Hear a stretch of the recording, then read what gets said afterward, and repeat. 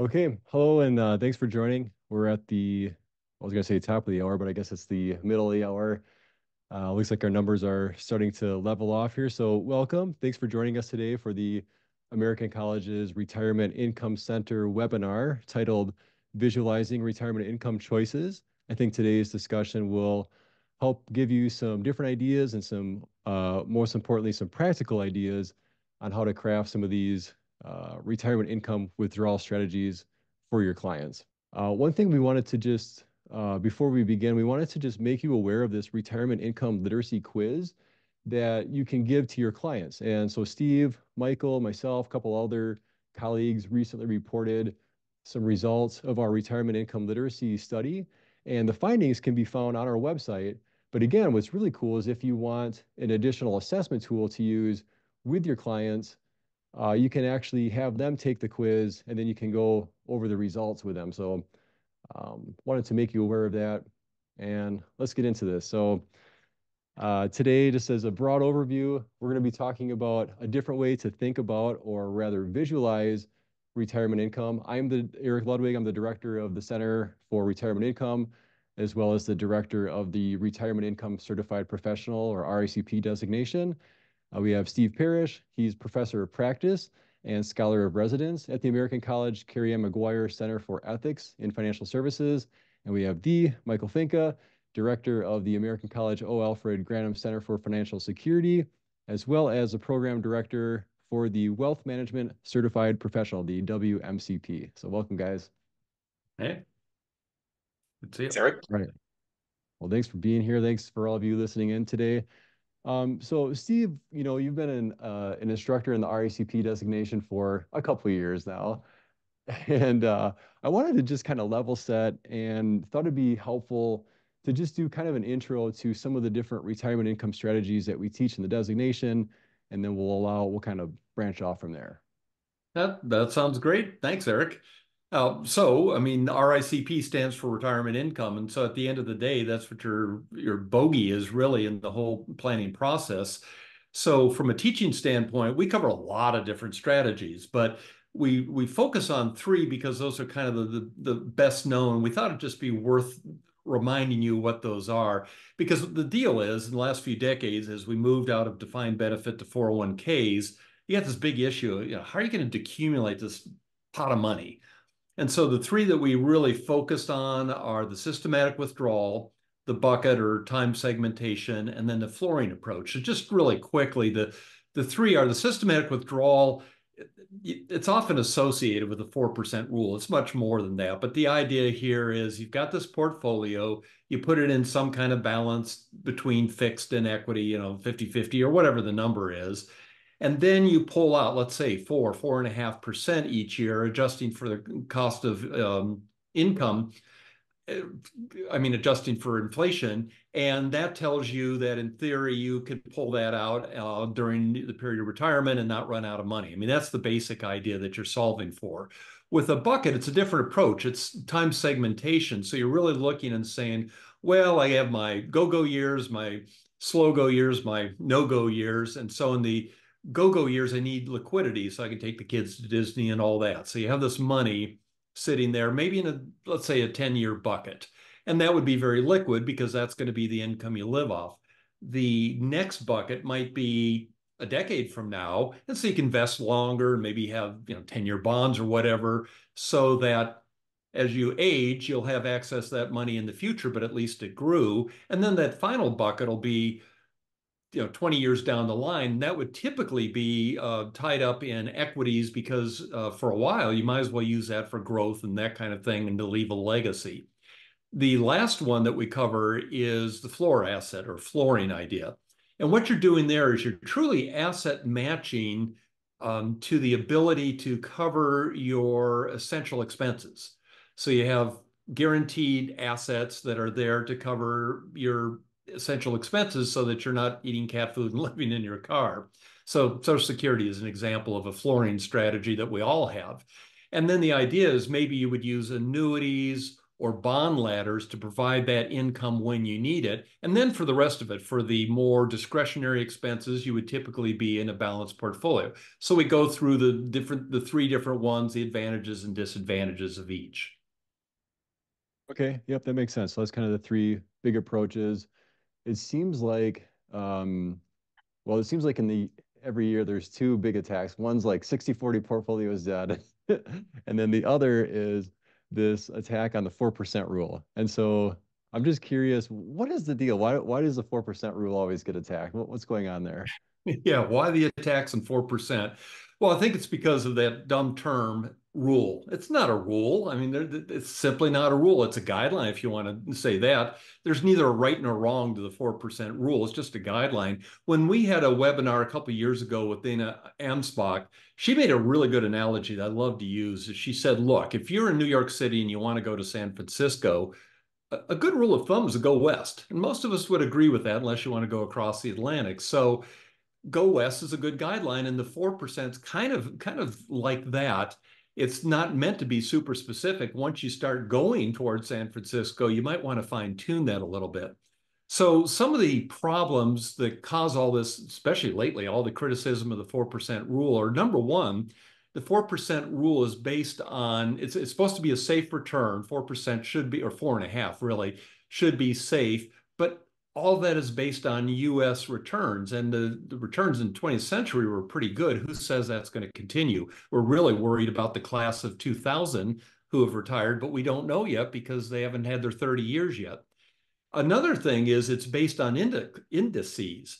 And so I assume most of the people that are listening to this would like to get paid for their services. This doesn't factor in fees. Well, you got to factor that in to figure out, will that be enough? And it assumes that the weird thing about the 4% rule is it assumes a static withdrawal, 4.5% in CPI, and yet it's based on a portfolio that's going to be variable. What could go wrong with that?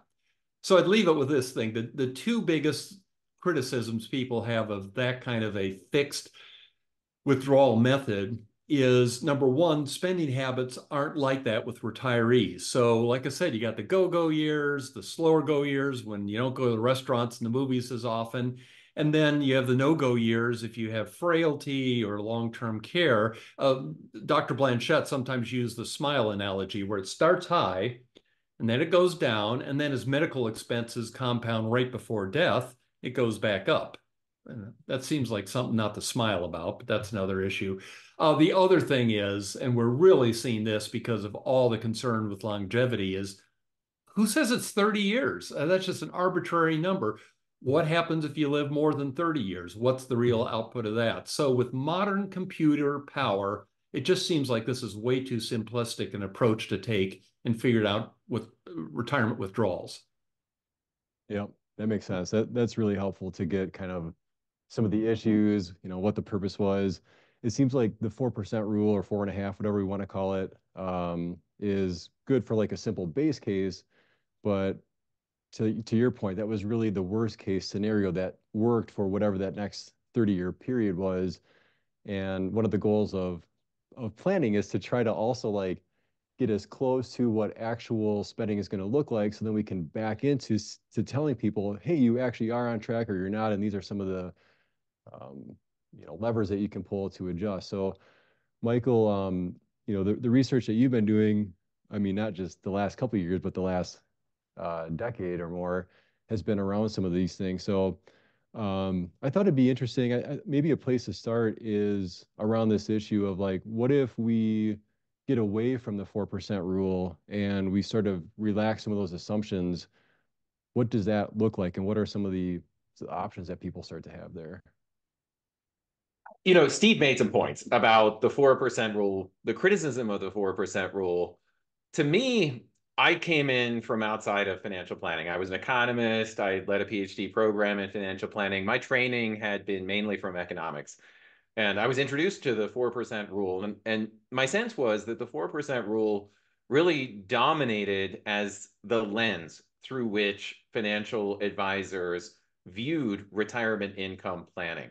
And part of the lens is that there is this fixed amount of money that you can spend every year. which didn't seem reasonable to an economist who's all about trade-offs. We don't know what kind of investment returns we're going to get. We don't know how long we're going to live. So the idea that we can create a fixed lifestyle with all of these uncertainties, that doesn't seem to recognize the fact that there has to be trade-offs. When there are unknowns, there has to be trade-offs. The other aspect of the 4% rule that I really found baffling was the framing of it. So, I mean, imagine that you're a younger baby boomer. You go to see a financial advisor.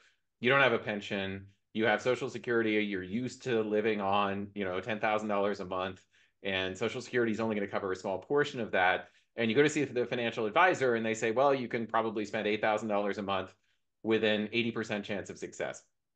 And you think to yourself, what does that even mean? I have a 20% failure. What does failure mean? And really, that to me doesn't give any clarity about what it means to take an investment portfolio and use it to create a stream of income on your own.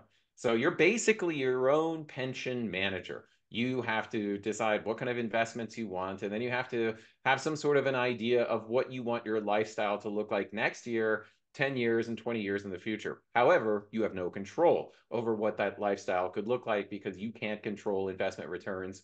I mean, you have a little bit of control over how long you're going to live, but you're still face the uncertainty of your lifespan. So the example, if I might be able to share my screen here for a moment, the example that I very often give is that essentially you have this deck of cards. And at the beginning of retirement, on the back of each one of these cards is printed a return on your investment portfolio. Let's say they're normally distributed. So most of them are between 0 and 10%. Maybe one of them is positive 40%, two of them are negative 20%, one is negative 30%. You lay all the cards out in front of you, and then you have to pick up the cards one at a time, and then you have to live with the consequences of whatever is on the back of that card. So I wrote an article for Advisor Perspectives a few years back where I made this analogy, but then I ran Monte Carlos to see what happens if you pick the wrong card. So let's say that you were one of the many retirees after the pandemic when the market went up in 2021 that decided, all right, I've met my $1 million goal, or I've met my $2 million goal. I'm going to retire January 1st, 2022. And let's say also that interest rates were almost nothing. So you put your bond portfolio into high yield bonds to try to get a little bit of extra return. You decided that you would invest in high dividend stocks as a way of deriving an income from that portfolio.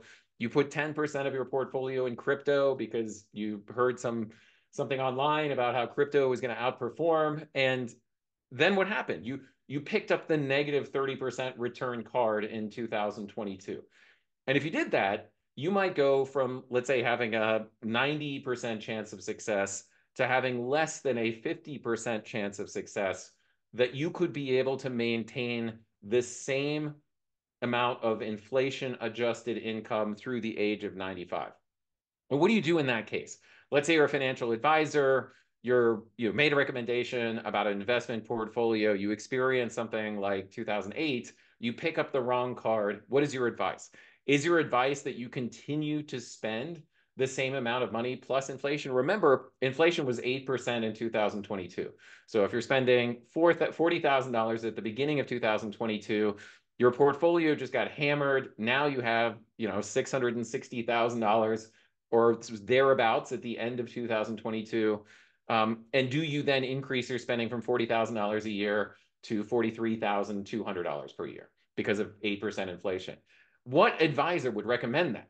It just doesn't make much sense that you would try to adhere to that fixed spending strategy when you know that reality has changed. You know that you've picked up the wrong card. So if you actually run a Monte Carlo analysis with a fixed withdrawal strategy, what you see is that some people are going to get lucky. Some people are going to get unlucky. They're going to pick up the wrong cards, especially at the beginning of retirement. By the way, in these examples, I'm not assuming inflation adjustment. This is just meant to be a very simple illustration. It's one of the reasons why I'm starting with a higher initial income. So instead of 4%, I'm going to start with 5.5% per year. I'm going to allow my spending to go up if the market allows me to spend more. But if the market does not allow me to spend more, I'm going to adjust my spending downward. The other thing I'm going to include is a 1% AUM fee, which, by the way, it's something that you may not know, but if you incorporate a 1% AUM fee and 50 basis points on all of your portfolio expenses, then you would have run out in 23 years, both in 1965 and 1966, if you would have followed the 4% rule. So the 4% rule did not work if you had a 1% AUM fee and 50 basis point all-in fees on your investment portfolio, which I think are probably right there in the median of what most financial advisors would have charged. So the 4% rule actually didn't work back in 65 and 66. Even someone who retired in 2000, in real terms, they're now down to less than a quarter of their initial portfolio value. And we're not even that close to 30 years yet. So, this idea that we're just going to be safe by being able to spend a fixed amount of money every year, not necessarily realistic. And if you do get unlucky, if you do pick those wrong cards at the beginning of retirement and you start to see your savings dwindling, then any rational person would reduce their spending. I mean, nobody's going to say, well, I have so much confidence in my Monte Carlo analysis, which told me I only had a 15 or 20% chance of failure, that even though I have $250,000 of my $1 million portfolio, I'm going to continue to spend $80,000 now every year. That nobody would do that. So that's not realistic. So if that's not realistic, then let's also be a little bit more reasonable about how we might make those adjustments over time. Now, I did write an article recently where I made the point that, oftentimes us retirement income researchers, we focus on the worst case scenario. So we focus on these scenarios we point out the risks. Because, with the 4% rule, if you get unlucky, especially with a bad sequence of returns, then the risk is that you're going to have to run out early, or you might have to make adjustments downward. The flip side of that is if you do get lucky, if you pick up the right cards at the beginning of retirement. So if I pick up that positive 40% card the first year of retirement, then it's very unlikely that I'm going to run out of money. What do I do then? Do I just continue to spend the same amount of money? Especially if I'm in my 60s and I'm as healthy as I will ever be in retirement. My ability to make complex decisions and travel is as good as it's ever going to be. At that point, do I allow myself to spend a little bit more? And one of the trade-offs of something like a fixed withdrawal rates rule, especially if it's relatively conservative, is that you don't get to pocket any of the upside. So who gets the upside? Well, the upside is received by your beneficiaries. They get the money, and your financial advisor. Your financial advisor, because there's more money to manage, and actually Bill Sharp he has this retirement planning book, which is great. It's very dense, but it's definitely worth a read. And he makes the point that in retirement, there's really only 3 places your money can go. You can either spend it, or you can pass it on to others, or you can spend it on fees. And with a fixed withdrawal rate strategy like the 4% rule, then if you get lucky, there's going to be a lot of scenarios where you pass on a lot of money to your heirs and you pay a lot of money in fees because you're not actually benefiting from the upside of taking investment risk, from being able to spend more. That's a big problem. And I think we need to have some sort of a conversation about whether or not it makes sense for the advisor, if you get lucky and pick up the right cards, it doesn't make sense to actually adjust your spending upward. Now, Eric, you're a practitioner. What is your philosophy on this? How would you ever tell a client, once you establish a lifestyle, that they should be able to adjust their spending upward because the market has done better than you anticipated? Yeah, well, I'm also one of those 1% guys. So no, I'm just kidding.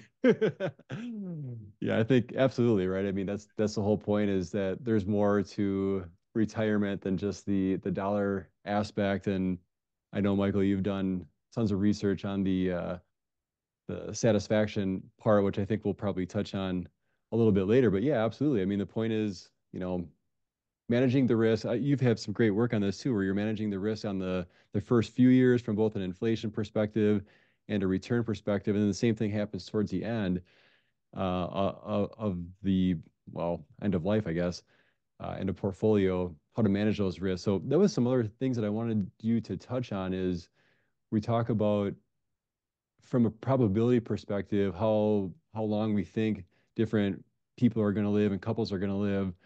I think you might have a slide on how to manage some of those perspectives as well. Well, let's talk about longevity because when the original 4% rule article was written in 1994, the time horizon was maybe 30 years. So you start out at age 65. You want to see if the money lasts over a 30-year time horizon.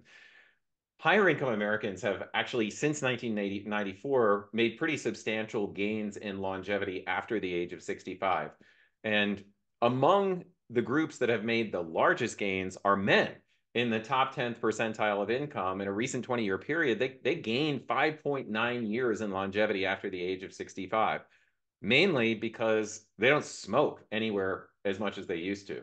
When I go to a conference these days and there's a break after the conference, I'm old enough that in conferences that I went to, let's say in the mid 1990s, there would be a lot of people congregating for a smoke break. And that just doesn't happen. In any sort of a conference where you see more educated, higher income workers, the social stigma of smoking has gone away. And that means that you're probably going to live significantly longer than your parents. We've made major medical advances. We've got to the point now where for a 65-year-old healthy couple, there's a 50-50 chance that one of them is going to be alive at the age of 95. So essentially, if you're just focusing on having a planning horizon to the age of 95, and you have a healthy couple at the age of 65, same age, opposite sex, then there's a 50-50 chance that one of them is going to make it to the age of 95. That means that the planning horizon probably needs to get extended out a little bit further. So in these examples, I actually take it out to 105 because I think there's always that possibility that we are going to live to the age of 105. Now, let's say you are 95 years old and let's say you still have $500,000 left. And you look at the mortality tables, you're a 95-year-old healthy woman, and you see that you have an 81% chance of living to the age of 96, a 64% chance of living to the age of 97, a 25% chance of living to the age of 100, and a 17% chance of living to the age of 101. What do you do? How much money of that $500,000 do you spend the first year? So if you think of this as poker chips, and you've got each of these, squares that you can put your poker chips on. How many poker chips do you put on 96? How many do you put on 97? How many do you put on 105? There's always a chance you're going to make it to 105. What is the rational thing to do? So to an economist, the rational thing to do is to put more of your chips on the younger ages because you're more likely to be able to spend that money. If I basically spread my chips out to 105 evenly, then there's a really good chance that I'm going to die before I get a chance to spend those chips. I've left a lot of joy on the table. This is the game part of retirement income planning to an economist. Like, you want to bounce the check to the undertaker. If you're going to do this right, and in the first step of retirement, you decided how much money you wanted to pass on to your beneficiaries, then the remainder of the money, the primary purpose for that money is income, then you need to decide how you actually want to spend that money in a way that's going to make you the happiest. Now, I'm going to take a moment and I'm going to talk about something that uses your existing portfolio balance and your expected remaining longevity to decide how much you're going to spend that year. And this is very close to a RMD rule. So we're going to allow you to change your spending by up to 4% annually. So this is actually less extreme than an RMD rule, but then we're going to adjust your spending based on that idea that I want to spend the money when I have the highest probability of being alive. So this is what my spending would look like. Now, to an economist, and there have been some economic studies on the RMD rule, they have said things like, well, yes, this type of spending makes perfect sense. This is very close to being utility maximizing for someone, by the way, we'll get to this later, for someone who does not buy an annuity. This is very close to being what is going to make you the happiest because you're spending the money when you have the highest probability of being alive. So this is what the RMD curve looks like. If you're going to, by the way, people don't want the government to tell them anything. But so many people actually spend money the way the government tells them to spend money according to the RMD rules, which really are a function of how long you're expected to live. And by the way, that expectation of longevity, that's actually changed to be a little bit closer to accurate for most people who have enough money to worry about RMDs. But remember, defined contribution participants in the United States, people who actually have to worry about RMDs, they live about 3 years longer than the average American. So for them, this might encourage them to spend more money early on than would otherwise be optimal. So it's saying, spend a bunch of money in your 70s and 80s, and then what happens is your spending drops sharply in your 90s when you're less likely to be alive. So the alternative to something that looks like an RMD type strategy is to smooth that spending over time. And essentially what you're doing is you're not spending as much money on early in retirement with the objective of making sure that you don't have to cut back too much later on in life. So this type of a strategy, you might say you have $1 million, you start at $55,000 of nominal spending, and your goal is to make sure that you don't run out. So you pretty much get rid of the possibility of failure. But in order to get rid of the possibility of failure, you have to respond to what the market is giving you. And that means that if the market goes down, you have to decrease your spending. If the market goes up, you're allowed to increase your spending a little bit. But you also have this algorithm that motivates you to hold spending back so that you avoid that sharp decline in spending in your 90s and 100s. So if you're conservative when you spend your money, then the consequence of being conservative, remember, economists are all about trade-offs. The consequence of being conservative and not following a RMD strategy is that you're going to not spend more early in retirement. And you do that so that you avoid the possibility of having to cut back sharply on spending when you're in your 90s or 100. So there's no getting around longevity risk. Everybody faces longevity risk. There's two ways to deal with it. One way to deal with it is to spend as if you are paying attention to your remaining expected longevity. So live it up when you're in your 70s and 80s so that you run out of money when you're, at an age when you're less likely to be alive. The alternative to that is to be very cautious to make sure that you don't have to cut your spending back later. But there is a trade-off of being cautious. And one of the most significant trade-offs of being cautious is that you end up passing on a lot more money of your investment portfolio, of the amount of money where the goal is to fund a lifestyle. A lot of it ends up getting passed on to your beneficiaries. If you follow an RMD type strategy, that actually is a good way to bounce the check to the undertaker, because it means that you spend more early on and you spend less later on in retirement because you're less likely to be alive. So the consequence of conservatism is that you spend less across the life cycle, you make these adjustments. And by the way, I should point out that the range of spending is determined by the variability in your investment portfolio. So essentially you're adjusting by 4% per year. And the very edge of this graph is showing, the very edge of the green arrow is the 5th percentile at the bottom and the 95th percentile at the top. The dark green line is the median, and the darker shaded area is the 25th percentile to the 75th percentile. So most of the time your income is going to be in that, somewhere in that dark shaded area, but there's always the possibility that if you get unlucky, you're going to have to cut your spending down, or you're going to leave less of a bequest to your beneficiaries. So part of the trade-off of taking investment risk is not just that your income could vary over time, it's also that your bequest is going to vary over time. And if you pick up the wrong cards, you're going to end up passing on less money than you would have expected. So Steve, you're in retirement now, and you've seen how retirees spend money. What is their philosophy on spending money? Do you see anybody who is living it up, seeing their savings fall? Are they comfortable seeing that they have less money when they're 80 than when they were 75? Or do you see people trying to preserve their assets? Fair question, though I want to say I did not announce my retirement and I'm not retired, but I am perhaps of that particular age. Is that what you're saying, Michael? You know that. You Yeah. from your So primary occupation, you are yes, semi-retired, let's say. yes. Yes.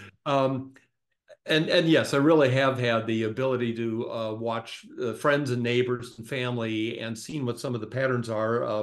And it is interesting. You really see a couple things. One that you have to think about is some people, when they retire, they've lost their whole image of themselves, don't know what to do with themselves, and they found out about this thing called Amazon. I have seen friends that retire who spend enormous amounts on stuff because they don't have anything better to do with their time. So you'll see this big surge.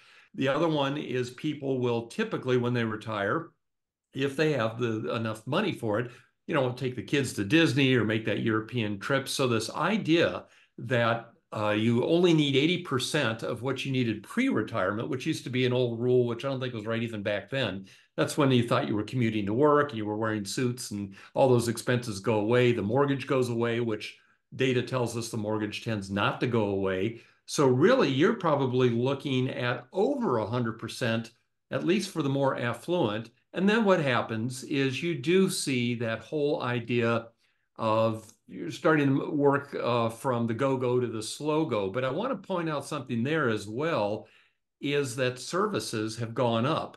So, if you want to get the place mowed or shovel the snow or all those kind of things, or you have the person work on the computer, those costs have really gone up. So we see that. Now, on the flip side, you have the ones who are so used to getting a paycheck that they actually will have a panic attack when they retire because they're used to having this inflow and now they have to decumulate, which is totally anathema to them. And so they go on the ultra conservative side and they just won't spend anything because they don't know. They don't have a guaranteed income. Maybe they have Social Security, but that's about it. And so they're just frankly freaked out about what to do. And they'll end up leaving a big legacy to someone that maybe they did or maybe they didn't care that much about. Well, I should make the point, Steve, that the data does show that before you retire, of your gross income, most people making over $100,000 a year, on average, they're spending about 55 to 60% of their gross income. And on average, they spend the exact same amount of money after they retire. So actually, spending on average doesn't decline, especially the first year after retirement. It is the years after that, 5 years, 10 years, that spending actually starts to decline. But it's also important to realize that you don't have to replace 80% of your gross income. Because it's, most people who are working are saving 15 to 20% of their income in their 401k. They've got payroll taxes that they don't have to pay in retirement. And most people are not spending every dollar of their paycheck. So about 55 to 60% is on average what most people spend. So that's really the lifestyle that you need to replace. However, as you mentioned today, people don't have pensions to, on top of Social Security, cover that lifestyle. So they're going to have to pull money out of their savings. And a lot of people are not really comfortable with that idea. It seems different than simply spending money out of your paycheck. True. And so the whole idea of the 4% rule, we just can't stress enough, just doesn't seem realistic, especially since there are ways now to get closer to calculate what you do need. In other words, it should be a dynamic withdrawal strategy, not just set it and forget it type of approach to retirement income. Yeah, I agree. So here's an example of a trade-off that you can make, which is that you can spend less at the very beginning of retirement. So let's say instead of a 4% rule, spending $40,000 from $1 million portfolio, let's say you spend 4.5% at the very start. What that allows you to do is then adjust your spending upward depending on what the market gives you.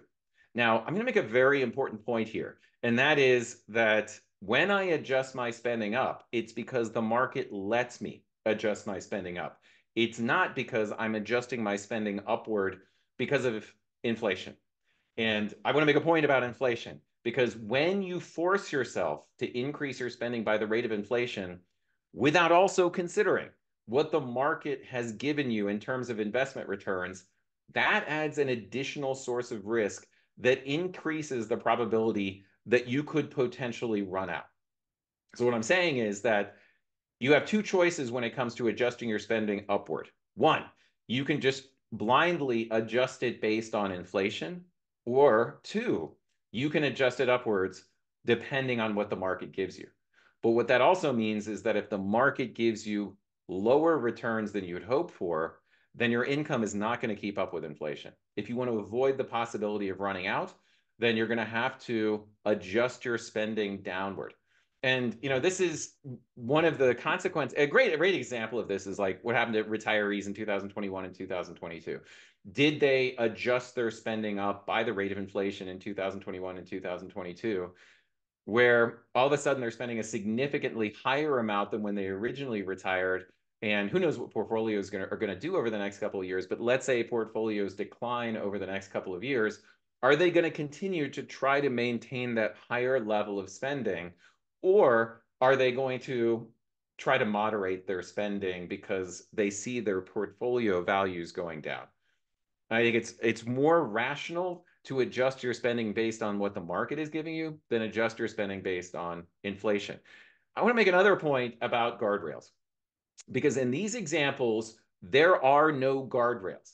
There is an annual adjustment to spending, and you may be willing to adjust your spending 4%. So let's say that the market does poorly. You start out at $50,000, then that will allow you to adjust your spending down to $48,000 a year. So it's not a dramatic change in spending from one year to the next. We're constraining our annual spending as opposed to creating a fixed downside guardrail. If I create a fixed downside guardrail, then even if the markets do very badly, I'm going to keep spending that amount no matter what the market is giving me, no matter what the probability of failure.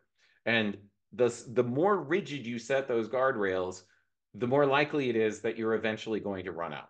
So again, with guardrails, that will limit your upside. And if the market does very well, then you're not going to allow yourself to enjoy the upside of accepting investment risk. If the market does very badly, then having a guardrail is actually going to increase the probability of failure compared to a strategy that does not set a guardrail at all, that just says, I will adjust my spending by some sort of fixed amount, no matter what the market gives me.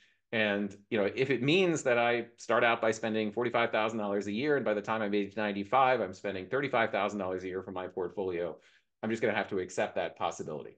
So no downside guardrails means that you get rid of the concept of failure, but it also means the possibility that you might spend less than you're comfortable with. What about from a legacy perspective, Michael? Because it seems like there's that other element of starting with a lower income, right? Yeah, so actually, we can show that. So if you start with a lower income, then you end up leaving more money, and especially early on in retirement. So if you try to be very cautious by holding back on your spending, what that means is that, remember, you're more likely to not live to these ages of 90 and 95 and 100. And if you are more conservative today, what that means is a higher probability that if you think about that Bill Sharp triangle of how much money I get to spend, how much money I pay in fees, and how much I leave to others, if I'm more conservative early on in retirement, that means I leave more money to others. And it also means that I pay more money in fees if I'm paying asset-based fees. So, it may be closer to 15% of my initial portfolio value that I pay in fees if I am very conservative. Let me say that again, because that's one of these bones of contention that, you can read Bill Sharp's book and he shows you the estimates. David Blanchett and I have done that also. But AUM, a 1% AUM, will be somewhere between 10 and 12% of your initial portfolio value in present value terms. That's how much money you will pay in fees. That's that part of the triangle that you pay. Now, it's higher if you're more conservative. So if you follow a 3% rule, then you're going to, on average, accumulate more money later on in life. That means the amount of money in present value terms that you pay in fees is going to be higher. If you get more lucky and your investments do well, and you don't allow yourself to spend more, then the percentage that you pay in fee will be higher, because you're not touching the money. The money's going to your heirs. It's getting managed by your advisor. They have more money to manage. The present value of the fees are going to be greater. So let's be completely transparent when it comes to that triangle of lifestyle, legacy, and fees. And if we're going to charge an AUM, then it's probably going to be somewhere in that 10% range that we're going to be paying fees in present value terms over the course of the life cycle. So Michael, you mentioned this kind of relationship between the advisor and fees. I know that you've also written recently about like kind of this fiduciary elements of underspending too. Can you talk about what you meant by that? Well, if we think about what our job is as a financial advisor when it comes to retirement planning, um, is it our job to figure out what the client wants to do with their money and then create a plan that is going to allow them to most efficiently pass on wealth to others when that is their goal? But if part of their goal, or if 80% of their goal is lifestyle, then is it our job to give them the strategy that is going to allow them to spend the most money? So, in other words, is it true welfare maximization on the part of the client to encourage them to spend down their savings in a way that helps them meet their lifestyle goals, if that's their goal?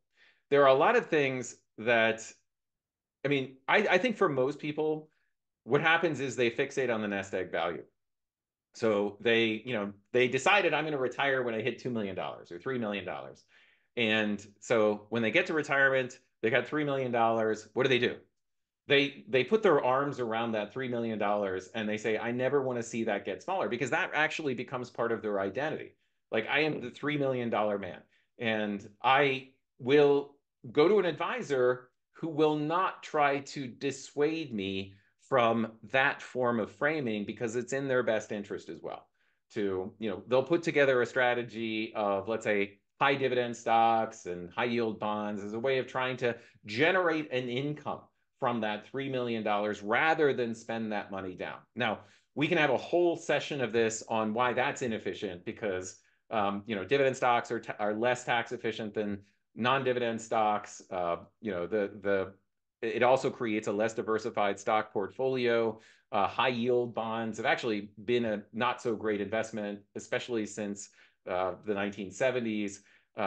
And they create greater volatility in your retirement portfolio, and they're less tax efficient. So you can create this framing that it's your job to try to hang on to that nest egg, and that may be in your own best interest as well, because you get to charge asset fees on that larger amount of money. The alternative philosophy is that you sit down with a client, you figure out how much they want to give to others, you figure out how much money they want to spend, and then you put together a plan for the portion of their nest egg that they want to use for the spending goal. You put together a plan that's actually going to spend that money down over time, so that they can get the most from the money that they've saved, because that's why they save the money in the first place. So, saving more money in your 401k means that you're sacrificing. You could be spending the money on going out to eat, or you could be buying a nicer car, but instead you saved it for retirement. Then you get to retirement, and then even if you don't have a strong legacy goal, you just put your arms around it and you don't want to see it get smaller. That's a psychological problem, and we either help the client overcome that psychological problem, or we feed into it in a way that benefits ourselves. Well, so speaking of the psychological factor, so Steve, I know that you've done a lot of thinking about this. How does that work when, say, a client actually becomes more elderly, like they're not just in their early 70s and having fun, but they're now in their 80s? And what are some thoughts on that? Yeah, I think you really need a reality test. If we're really going to help people with their retirement planning and not just their investments, we have to look at that, because at some point, most retirees, and it might be, 70s or 80s or 90s, they just simply don't want to mess with dealing with these financial issues, or they simply aren't cognitively able to do with it. So either they want to go off and golf and play with the grandkids and not talk to their financial advisor that much about whether it's 60-40 or 50-50, or they simply have lost the ability. And what I want to point something out, these are people who can live independently for years to come, but they're in a situation they're not as good with numbers, they stress out more about it.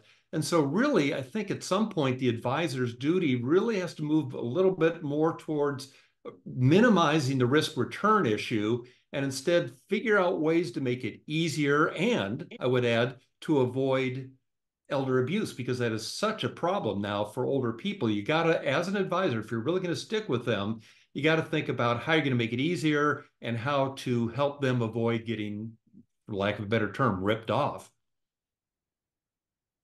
Well, yeah, Well, that's that's a great actually point. a wonderful transition to begin a conversation about guaranteed income. Yeah. So this is the example that I very often give when people ask me to explain what do annuities do. And again, to an economist, I came to this field with a perspective that annuities were the optimal way to generate income from an investment portfolio if your goal is lifestyle. That's the way economists think about it. And the fact that people don't buy annuities is actually considered a puzzle. It's called the annuity puzzle. If you want to read more about it, there's a great article in the New York Times called The Annuity Puzzle by Richard Thaler, a Nobel Prize winning economist, that explains the philosophy that economists have about the use of income annuities. Now, very important to make that point here about annuities that provide a guaranteed lifetime income. So why is that valuable? So let me give you an example. Let's say that your spouse phones you up and says, hey, it's your son's birthday. I'm not going to make it home. There's a birthday cake in the fridge. There's going to be somewhere between 5 and 40 kids that are going to show up to the birthday party. And on average, there's probably going to be around 20 kids. You need to take the birthday cake out of the fridge, and then you need to cut a piece of cake for each kid as they walk through the door. And by the way, don't run out. So the first kid comes through the door, and how big of a slice of cake do you cut? Well, you don't cut it into 20 pieces, right? Because then there's a 50-50 chance you're going to run out. So maybe you cut it into 35 pieces, and you cut this little tiny slice for the first kid, and you give it to them, and they're a little bit disappointed. They think you're a cheapskate, but you are not as scared about potentially running out until the 30th kid comes in. And when the 30th kid comes in, now all of a sudden you've only got 5 pieces of cake left, and maybe you start cutting them into even smaller slices, and you're getting really nervous. The alternative is, imagine that there's a bakery, and the bakery is willing to make you a deal. Pay a little bit more for the birthday cake, and if more than 20 kids show up, they will arrive with a second birthday cake. And what that allows you to do is cut the first birthday cake into 20 slices. And then if the 21st kid comes in, the bakery will show up with a second birthday cake, and you will again be able to cut it into 20 slices, which seems too good to be true. So every kid gets a much bigger slice of cake, and I don't have to worry about running out. Why is that? Why have I gotten something for nothing? Well, I've gotten something for nothing because I've taken an idiosyncratic risk of not knowing how many kids are going to show up to the birthday party, or in retirement, I don't know how long I'm going to live. And I passed on that idiosyncratic risk to an institution. The bakery can take that risk because they do 1,000 of these every year. On average, they're going to make a little bit of money by providing people with this deal. But the individual is better off by delegating an idiosyncratic risk to an institution. That is what's so unique about an idiosyncratic risk, is that I get no benefit for accepting it. I don't live better when I accept the idiosyncratic risk of not knowing how long I'm going to live in retirement. So it is efficient for me to transfer that risk to an institution. If I do that through an annuity, I can do the same thing. I can take my savings and I can cut it as if I'm going to live to the average longevity, which means I get to spend more from every dollar of savings, and I don't have to worry about running out. The flip side of that equation is that if I have a finite amount of money for retirement and I want to fund, say, a $15,000 spending goal as part of my inflexible expenses on top of Social Security, I can cover that with, say, $200,000 with an income annuity, but I might have to set aside $275,000 if I wanted to cover that $15,000 expense with only a 5% chance of failure. So I can devote more of my portfolio to flexible expenses, to fund stuff, if I take my inflexible expenses and delegate that idiosyncratic risk of not knowing how long I'm going to live to an institution. It lets me get more bang from my retirement savings bucks. And that's because of a concept known as mortality credit. So what is a mortality credit? The blue line here is how much it would cost to generate a fixed amount of income myself if I did not delegate that longevity risk. And the dark line is the cost of that same amount of income if I created a long life income club and got together with other retirees to buy the same amount of income. So let me just give you an example. Let's say I'm a 65-year-old male and I would have to set aside $4,000 today to buy $15,000 of spending at the age of 96. If I look at the mortality tables, I see that I have a 1 in 10 chance of living to the age of 96. So why not get together with 9 of your 65-year-old male friends, and instead of each one of you having to set aside $4,000 to fund $15,000 of spending at the age of 96, you can create a long life income club where each of you pitch in $400, and whichever one of you is still alive at the age of 96 gets the full $15,000. Now, the benefit of that is now I have freed up an additional $3,600 to spend early on in retirement so that I can live better every year because I've become part of that long life income club. And what about the retiree who dies when they're 80? How upset are they about the fact that they became part of the long life income club and they didn't get the $15,000 at the age of 96? Well, they're not very upset because they're dead. And every year they were alive, they got to spend more money. That's why you become part of the Long Life Income Club, so that you can spend more money every year and worry less about the possibility of running out. So let's say that I have $1 million saved, and I decide that I'm going to take 40% of that. Let's say it's going to be a 60% bond, 40% equity portfolio. I'm going to take the $400,000 from the bond portion of my portfolio, and I'm going to buy myself a lifetime income that has a 6.5% payout rate. Now, this could either be in the form of a single premium immediate annuity or some kind of a fixed annuity with a lifetime income benefit. And that's going to provide me with $26,000 towards my $50,000 income goal. So what I've done here is I've taken a less than half of my investment portfolio, and I bought more than half of my income with less than half of my portfolio. And what that means is I've actually got the ability to allow the risky portion of my portfolio to grow to a greater amount later on in retirement. So I actually can increase the upside of my portfolio when I begin with a fixed spending goal, and I use an annuity to fund a significant portion of that fixed spending goal. And this is what my spending path would look like without annuitized income.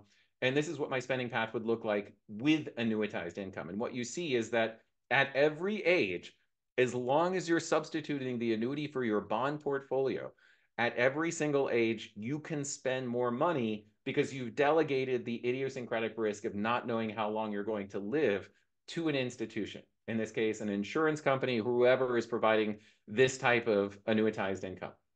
So, you know, we have income annuities that are provided by insurance companies right now. You know, another example of this is a pension. Delaying Social Security can give you a greater base of lifetime income. And essentially what you're doing when you delay Social Security is you should take money out of the bond portion of your portfolio to bridge spending between when you retire and when you begin the income from your Social Security. And then you're essentially building a greater base of spending. You're funding more of your income goal with the Social Security portion of your budget.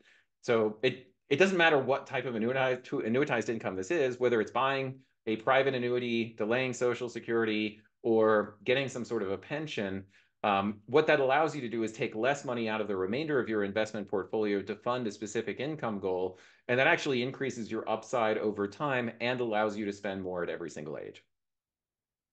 So there's a lot of controversy about income annuities. Now, there's not the controversy in economics that there is, I think, in financial planning. And I think a lot of it has to do with the history of insurance advice and investment advice. But you can't deny that there are things that annuities can do, that conventional investments can do. And the biggest thing is they allow you to spend more at every age. Right. Well, let's go ahead and transition over to the questions. And as usual, we have way more questions than we can handle. What I usually do, just so you know, for those of you who haven't been on one of these webinars before, is respond to some of them to the extent I can afterwards. If you signed in as an anonymous, I can't, but you could always send an email to me and I'll try to either answer it or pass it on to someone who can. But I'd like to pass this one over to Eric.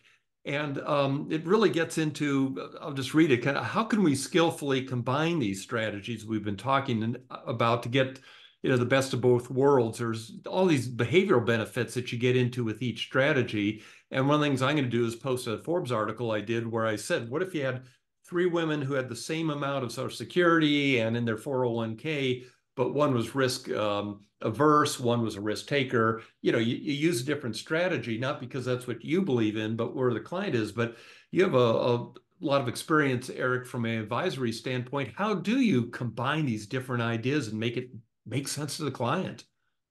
Yeah, I would say for sure the first thing that pops to my mind is making sure that the portfolio is going to be aligned with what the individual's risk tolerance is. And I know that's something that we say, we hear it on commercials too, but that really is key. Because like Michael was mentioning, there's so many of these behavioral aspects. Somebody wrote in the comment section about like in 2020 when the market was down 30% at one point, but then finished up, 15% or whatever. That's true. That's what the average portfolio did. That's not what necessarily the average investor did, because as we know, just like in '08, the market starts to go down and people start peeling out, which is not the right thing to do. So I know it's maybe a little bit of a broad answer, but I do think there's a lot to be said about aligning these strategies with the investor preferences too. And one quick one that I just want to address is we get the request, well, what about annuities that are inflation sensitive? The challenge is the industry really hasn't figured out how to deal with that. In other words, now there are some different interesting things going on, but there still aren't a lot of income annuities that are hypersensitive to inflation. Would you agree? Either one of you? I'd agree. I think that people underestimate the value of delaying Social Security because it is the only source of inflation protected lifetime income out there that exists in the marketplace right now. That said, I'm kind of okay with building a nominal income with annuities on top of Social Security because that's kind of how people spend money. So you mentioned that whole spending smile thing. One of the points of the spending smile, by the way, is that at every age, your spending actually declines in real terms. The decrease in real spending is sharpest in the 70s and early 80s, but even when it goes back up, it's still a decline. So your spending is going down in real terms throughout retirement. And if you build a base of a hefty amount of inflation adjusted Social Security income, and then you build a nominal income on top of that to fund your expenses, that's going to pretty closely match what they look like in retirement. And of course, you're going to have an investment portfolio on top of that that hopefully will be able to keep up with inflation if you take a significant amount of investment risk. But again, also remember that there's no guarantee that even equities are going to, in your retirement, keep up with inflation over the course of even a 10 or 15-year time horizon. A lot of the historical performance of equities, the value of equities as a way of protecting against inflation is because equities just did so well. And actually, the period of equity outperformance that was most dramatic was in the middle part of the 20th century in the United States, and then between the late 70s and the late 90s. But since then, the outperformance of equities relative to bonds has actually been more modest than it has been historically. So, if it is more modest, then you need to recall that equity performance is not really a good hedge against inflation, especially if the equity premium is just not there. Recognizing it's about time to give you the CE code. Thank you. But a few things. Some of the requests we had, we'll take care of. Like people were asking about the retirement income literacy survey.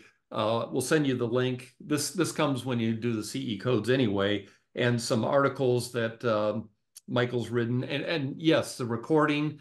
We'll have that available in a couple days. I'm going to do something I've never gotten to do before, is with Michael have the last word. One of the questions was, are QLEX a good idea?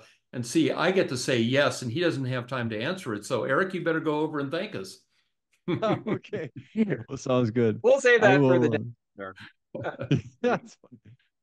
So thanks a lot. I really appreciate it. This was so fun, Steve, Michael, everybody. Thank you so much for being here. Hopefully, you all enjoyed it as much as we did.